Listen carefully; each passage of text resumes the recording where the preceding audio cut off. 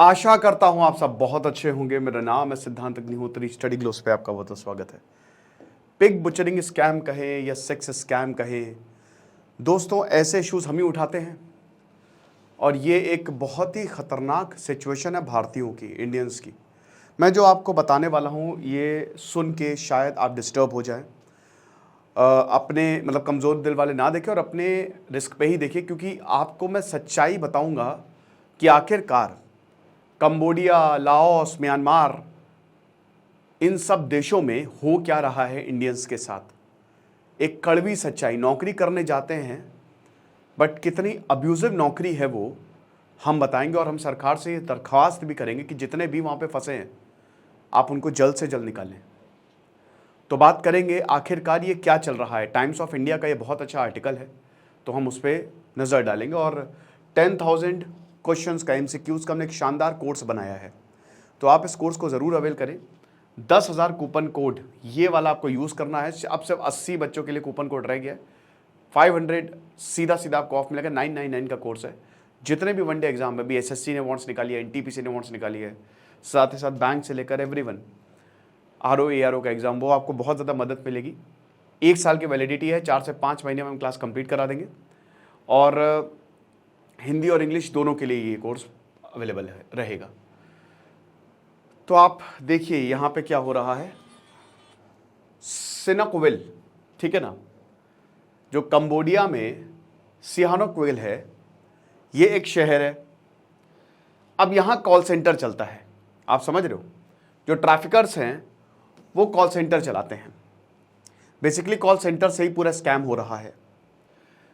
Multinational operators हैं, team है, एक प्रॉपर ऑफिस है, आप समझ रहे हो, प्रॉपर ऑफिस है।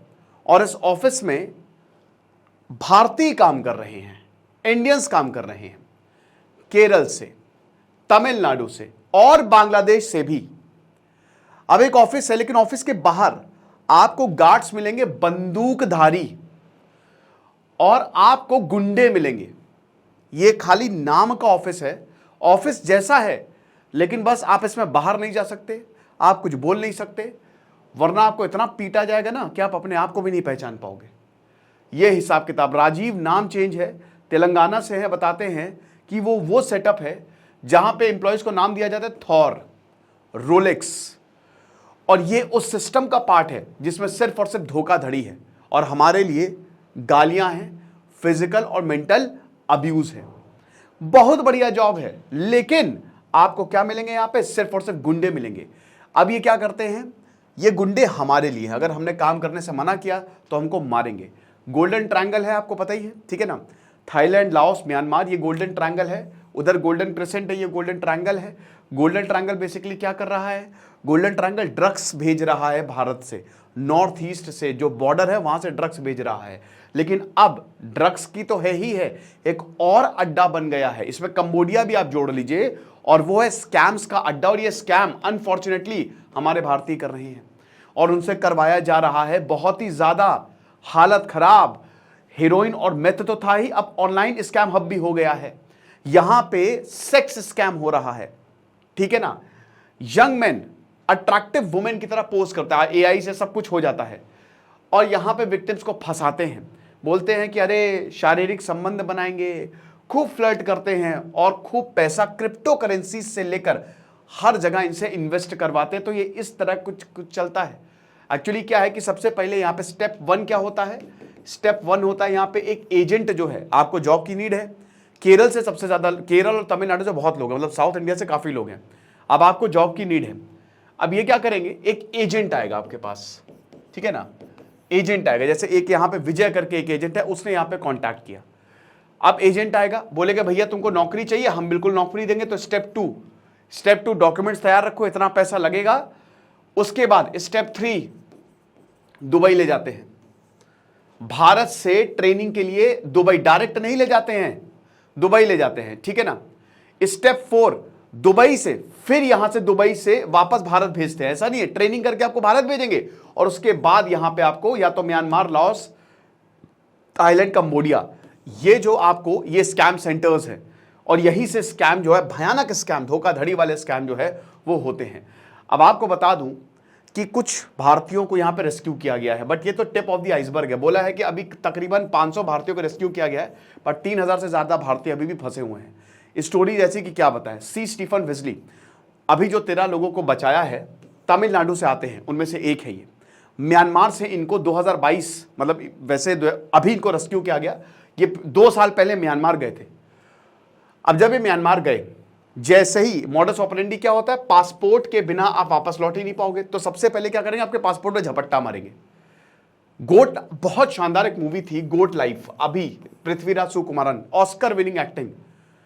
आप वो मूवी देखिए, अगर आपकी हालत ना खराब हो जाए, आप डर ना जाओ जॉब के नाम पे किस तरीके से उस इंसान को जो अपनी गरीबी दूर करने पैसे कमाने आता है, वो भी केरल से ही, वो भी किस तरीके से उसको बंदी बना लिया जाता है ना। वो मूवी देखिए, और वही बता रहे कि यहां यही होता है, सबसे पहले आपका पासपोर्ट रखते हैं, पासपोर्ट है तो सब है, और पासपोर्ट गए तो कुछ नहीं है। अब आप एक दूसरे देश में हो, आप अकेले हो, यू डोंट नो एनीथिंग, आपके पास कोई बैकिंग नहीं है, एम्बेसी है, एम्बेसी से कॉन्टैक्ट करने नहीं देंगे। तो म्यांमार में 1 साल का इनको कॉन्ट्रैक्ट मिला, और आपको बहुत बढ़िया चीज बताएंगे कि भैया इतना पैसा देंगे तुमको, लग्जरी लाइफ जियोगे, कुछ नहीं, उल्टा आपसे पैसा लेंगे, और पासपोर्ट इनका तुरंत रख दिया। अब ये बता रहे हैं कि फिर उसके बाद मुझे ऑफिस भेजते थे, मारते थे मुझे। ये क्या करते थे, इलेक्ट्रिक शॉक देते हैं, है ना, इलेक्ट्रिक शॉक देते हैं, और ये इलेक्ट्रिक शॉक इतना खतरनाक, आपके शरीर के अंदर बाहर घुसेड़ देंगे, मारेंगे, पीटेंगे। एक स्टोरी तो ऐसी थी, यही बताते हैं कि इतना मारा कि नाक टूट गई, और बोला कि चलो काम करो, कोई रहम नहीं, खाना नहीं देते हैं, बाहर निकलने नहीं देंगे, आप अगर अपनी आवाज उठाओगे तो आपको बहुत पीटते हैं ये, आप समझ रहे हो। तो कंपनी जो है ये क्रिप्टो करेंसी फ्रॉड करती थी, और मॉडस ऑपरेंडी यही था कि फेक अकाउंट्स बनाइए मॉडल्स के नाम से, और उसके बाद जो अमीर बिजनेसमैन हैं उनको आप पटाइए, और उसके बाद खूब पैसा इनसे इन्वेस्ट करवाइए, और टारगेट होता है, और अगर टारगेट नहीं मीट कर पा रहे तो और मार पड़ती थी, ये हिसाब किताब। तो अब वही है कि यहां जब भी मैसेज जो हमको भेजा जाता था, एक वुमेन टेकी जो है वो आंसर करती थी, राइट, ताकि सस्पिशन बिल्कुल भी ना हो, मतलब औरत बैठाते थे, उसके बाद जो मैसेज में बात होती थी बेसिकली आदमी होते थे। अब कंपनी ने अच्छा खासा रिटर्न दिया, आप ये समझिए कि जब यहाँ $100 से $200 तक कस्टमर्स ने इन्वेस्ट किए, और कुछ ने तो ये $10,000 तक इन्वेस्ट कर दिया, और जैसे ही इन्वेस्टमेंट होता था इस कंपनी में, कंपनी तुरंत ब्लॉक कर देती थी। वो जाहिर सी बात है, स्कैम है, आपने एक बार इन्वेस्ट किया, एक बार पैसे आ गए उनके पास, आपका ब्लॉक खत्म, खेल खत्म, और बोला जाएगा आपको रिटर्न मिलेंगे। तो डेली टारगेट होता था। बात यहां पे किसकी है, जो लोग फंसे हुए जिनसे स्कैम करवाया जा रहा है। बताते हैं कि हर दिन आपको 50 लोगों को कांटेक्ट करना पड़ता था। जो स्टाफ है इनके पास एक स्मॉल इलेक्ट्रिक शॉक बेटन्स होती थी, ठीक है ना, मतलब एक डंडा टाइप का, और आखिरी में उसमें वायरिंग होती है, मतलब अगर आपको मारेंगे तो आपको बिजली का झटका लगेगा। तो ये शॉक डंडे होते थे, ठीक है ना, इलेक्ट्रिकल डंडे होते थे, और जो भी इंप्लॉय, भाई कौन काम करना चाहेगा, अगर मान लीजिए नहीं करता था तो इसी डंडे से मारा जाता था, इनको पनिश किया जाता था। अब सबसे बड़ी बात, कितने नंबर है, एग्जैक्ट नंबर अभी हमको नहीं पता, यानी कि ज्यादा भी हो सकते हैं। एक आंकड़े के मुताबिक 3000 के करीब जो है वो यहां पे इंडियंस रह रहे हैं, लेकिन अब इसमें हो सकता है कुछ लोग इलीगली भी गए हों। यूएनओडीसी बता रहे कि एग्जैक्ट नंबर हम कुछ कह नहीं सकते। 500 इंडियंस को अभी तक रेस्क्यू किया गया, बट जैसा कि हमने बताया कि 3000 सिर्फ कंबोडिया में 3000 लोग फंसे हुए हैं। और कंबोडिया में, ये मैंने पहले भी लेक्चर लिया था कि ये स्कैम जो है वो बहुत ही खतरनाक है। ए जयशंकर ने सिचुएशन को आसियान में बताया, बात की आसियान मेंबर से, और लाओस, कंबोडिया, थाईलैंड के लीडर से बोला कि ये हालात हैं, और देखिए इनके लीडर माने तभी इंडियंस को रेस्क्यू किया गया। सीबीआई ने एफआईआर जब फाइल की तो बोला कि चाइनीज इन्फ्लुएंस है। ये खाली नाम आपको दिख रहा है, देखिए कंबोडिया, लाओस, ये खाली इन देशों के नाम, बट मेन कंट्रोल चाइना का है। चाइना वाले इसको चला रहे हैं, चाइनीज चला रहे हैं। भाई क्या है, मुझे क्या है, मैंने खूब पैसा इन्वेस्ट किया, मेरे पास आ रहा है, मैंने कहा कि कुछ परसेंटेज तुमको दे देंगे, ऐसे ही काम चल रहा है, ये हिसाब किताब है। और क्योंकि यहां पे लोगों को चाहिए पैसा, तो लोग जा भी रहे ऐसे देशों में। आंध्र प्रदेश में पुलिस ने 30 लोगों को बचाया कंबोडिया से, और 150 जो है अभी स्टिल वहां पे मतलब दे स्टिल नीड रेस्क्यू, फंसे हुए हैं वहां पे। पीओई उसने रिपोर्ट किया था कि 1000 तमिलियंस जो हैं वो लाओस, कंबोडिया और म्यांमार से अभी तक हम बचा चुके हैं। और यही बता रहे हैं कि भाई देखिए, अगर यहां से जॉब ऑफर आए तो मना कर दें, पहले कंपनी देख लें, ऐसे ही नहीं कि किसी एजेंट ने आपको कांटेक्ट किया आप चले गए, ये आपकी भी जिम्मेदारी बनती है, वरना फंस जाएंगे। जितने भी लोग यहां पे गए हैं ना, वो जब जैसे ही पहुंचे उन्होंने बोला कि भाई हम आ क्यों गए यहां पे, हमारी जिंदगी की सबसे बड़ी गलती, बस हमको एक मौका देता हूं वापस चले जाएंगे, ये हिसाब किताब। म्यांमार में 29 इंडिविजुअल्स जो उत्तराखंड से हैं उनको बचाया गया। इसमें 9 औरतें हैं, जो 9 औरतें के साथ सीवियर अब्यूज हमको देखने को मिला है, इनको फ्री किया गया। अब देखिए इसमें क्या है कि कई बार रैंसम मांगा जाता है, बहुत सारी चीजें हैं, अलग अलग तरीके से अब्यूज होता है। कई बार आपके ऊपर कर्ज चढ़ा, जानबूझ के कर्ज चढ़ा, अभी मैं बात करूंगा आगे कर्ज कैसे चढ़ाते हैं, ठीक है ना। हनी ट्रैपर्स है, तेलंगाना रेसिडेंट बताते हैं, एक आईटी प्रोफेशनल है मुंशी प्रकाश, ये बताते हैं कि मुझे भी ऐसे ही धोखा दिया गया, भाई एक तरीके की ट्रैफिकिंग हो गई है। तो सोशल मीडिया के थ्रू मुझसे कांटेक्ट किया गया, विजय नाम का एजेंट था, और बोला कि ऑस्ट्रेलिया में आपको जॉब देंगे, लेकिन सबसे पहले आपको अपनी ट्रैवल हिस्ट्री बनानी पड़ेगी, यानी कि ट्रैवल हिस्ट्री बनाने के लिए आपको अलग अलग जगह पे जाना पड़ेगा। तो आप मलेशिया चले जाइए, उसके बाद कंबोडिया की कैपिटल नोम चले जाइए। और कंबोडिया भाई किसके लिए, सबसे इंपॉर्टेंट पॉल पॉट, भयानक जेनोसाइड जिसने चलाया, तो कंबोडिया चले जाइए और वहां पे फिर आपको हम ऑस्ट्रेलिया भेज देंगे। एक बार आपका ट्रैवल हिस्ट्री पूरी होगी, मतलब आप मलेशिया चले गए, आपका वर्क एक्सपीरियंस मलेशिया में भी है, कंबोडिया में भी है, और जहां ये कंबोडिया पहुंचे, देखिए सबसे पहली बात तो $1000 इनसे पैसे लिए गए, है ना, यानी कि लगभग 80,000 के करीब, 80,000 से 1 लाख के करीब इनसे पैसे लिए गए। जैसे ही वहां पे पहुंचे, एक चाइना का नेशनल था, उसने इसका पासपोर्ट छीन लिया। उसके बाद इनको ले गए, आंख में पट्टी बांध के, एक क्रोंग बेविट, यहां पे एक कंपाउंड है, छोटा सा कंपाउंड, ऐसा लगेगा ये जेल है, वहां पे इनको चल काम कर, बोला कि अरे भैया क्या कर रहे हो, मारा, 1-2-3 तमाचे घसीट के लाठी, तब इनको पता चला भाई हम तो बहुत बुरा फंस गए हैं। वहां पे कैप्टिव थे, और उसके बाद बोला कि साइबर स्कैमिंग करनी पड़ेगी, तुम्हारे पास और कोई चारा नहीं है। 3000 के करीब भारतीय जो हैं केरल, तेलंगाना, तमिलनाडु, आंध्र प्रदेश, कर्नाटक, मुंबई, दिल्ली से वहां पे फंसे हुए थे। चाइनीज ऑपरेटर्स इनको ट्रेन करते थे 10 दिन के लिए। उसके बाद social media profile, fake social media profile बनाई जाती थी ताकि विक्टिम्स को ये ल्योर कर सके। कैसे रहते थे ये, एक फैमिली मेंबर उत्तराखंड के बताते हैं, बहुत बड़ा सा हॉल था, ठीक है, कोई विंडो नहीं थी, कोई वेंटिलेशन नहीं। अब वहां पे जो इनके एब्डक्टर्स थे, जिनको किडनैप करके लेके आए थे, वो हेविली आर्म्ड थे, ठीक है, इनको बहुत मारा जाता था, रॉड से मारा जाता था, गन्ना होता, गन्ने का बांस, उससे मारा जाता था, पट पट, बहुत तेज, और ये लोग चीखते थे, चिल्लाते थे। खाना नहीं दिया जाता था, ज्यादा होता था तो इनको बिजली के झटके दिए जाते थे, वही जो और आप इनकी स्किन जो है वो काटी जाती थी। बिजली के झटके इतने ब्रूटल कि इनकी स्किन जो है वो गल के बाहर आ जाती थी, और वायर्स तक, लाइव वायर इनके बॉडी के अंदर डाल दिए जाते थे। अब आप ये समझिए कि जो ये उत्तराखंड से बता रहे हैं, फैमिली मेंबर बता रहे हैं कि मेरे बेटा को जब रेस्क्यू किया तो पूरी बॉडी पे मारपीट के निशान थे, पूरी बॉडी पे बिजली के झटकों के निशान थे, उसकी पूरी बॉडी छेद दी। मेरा बेटा इस समय ट्रॉमा में है, वो बोल नहीं सकता, उसको बुरे सपने आते हैं। आप समझ सकते हैं ना कि दिमाग पे क्या असर करेगा, ये हिसाब किताब। इलेक्ट्रिक शॉक से लेकर बीटिंग तक सब कुछ यहां पे बता रहे हैं कि हमको ऐसा क्या नहीं है। जो रविंद्रन है, जिनको रेस्क्यू किया गया, ये तिरुवनंतपुरम से आते हैं, इनको डेटा एंट्री की जॉब ऑफर की गई, बोला कि 30,000 रुपए मिलेंगे आपको, आ जाइए। अब बैंकॉक 3 अगस्त 2022, एक्चुअली ज्यादातर इसलिए भी क्योंकि बाहर एक तो एक्सपोजर मिल जाएगा, लोगों को लगता है कि बाहर अच्छा पैसा है, नो डाउट अच्छा पैसा है, लेकिन भाई समझ के जाइए, ध्यान से जाइए, ठीक है ना, कहाँ जा रही है जरा देख लीजिए। और उसके बाद इनको ट्रांसपोर्ट किया गया थाईलैंड में, उसके बाद फिर म्यांमार पे बॉर्डर पे यहीं से भेज दिया गया। जब तक इनको समझ में आता तब तक बहुत देर हो चुकी थी। म्यांमार में जैसे ही ये पहुंचे, सेम एक और का ऐसे ही के पार्क में कंपाउंड था। ये कंपाउंड अपनी फ्रॉडुलेंट एक्टिविटीज के लिए जाना जाता है। 4 एकड़ का कंपाउंड, यहाँ पे 15 बिल्डिंग, हेविली गार्डेड, ऐसा लग रहा था कोई मिलिट्री कैंप में आ गए, कोई कॉन्सेंट्रेशन कैंप में आ गए हैं। और हमको अंडर ठूस दिया गया। वहां पे सिक्योरिटी पर्सनल थे, ब्लैक यूनिफॉर्म, मशीन गन्स थी। 900 लोगों को वहां पे फंसा रख के रखा था, ज्यादातर इसमें केरल के ही थे, केरलाइट्स थे।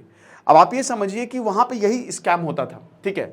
उसके बाद इनको साइबर स्कैम में काम करने को बोला जाता था। फेक फेसबुक प्रोफाइल बनाइए, औरत की प्रोफाइल बनाइए, न्यूजीलैंड और ऑस्ट्रेलिया, इस तरीके से ज्यादातर आप यहां पे पोस्ट करिए।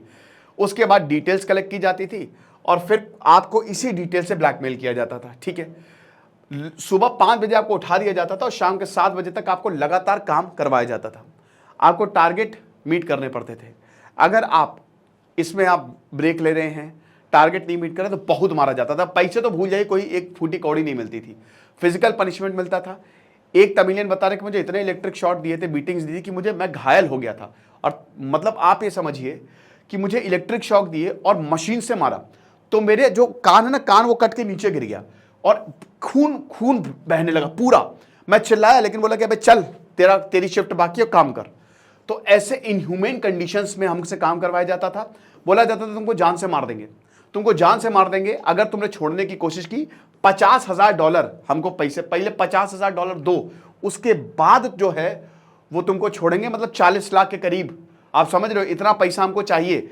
और यही बताते थे कि बेटा आसान नहीं है मारना, डरा के रखते थे, मार के किसी बॉर्डर, यही म्यांमार बॉर्डर पे फेंक देंगे, कोई पहचान नहीं पाएगा। समझ रहे हो, तुम्हारी कोई औकात नहीं, तुम्हारी जिंदगी की कोई औकात नहीं। इस तरीके से इनको डरा धमका के रखा जाता था। बताते हैं कि हमने किसी तरीके से एम्बेसी को और मीडिया को कांटेक्ट किया सीक्रेटली। 1 महीने बाद, उसके बाद फिर एम्बेसी के प्रेशर से इन्होंने हमको रिलीज किया। लेकिन रिलीज करने से पहले फोन फॉर्मेट कर दिया, हमारा लगेज चेक किया गया।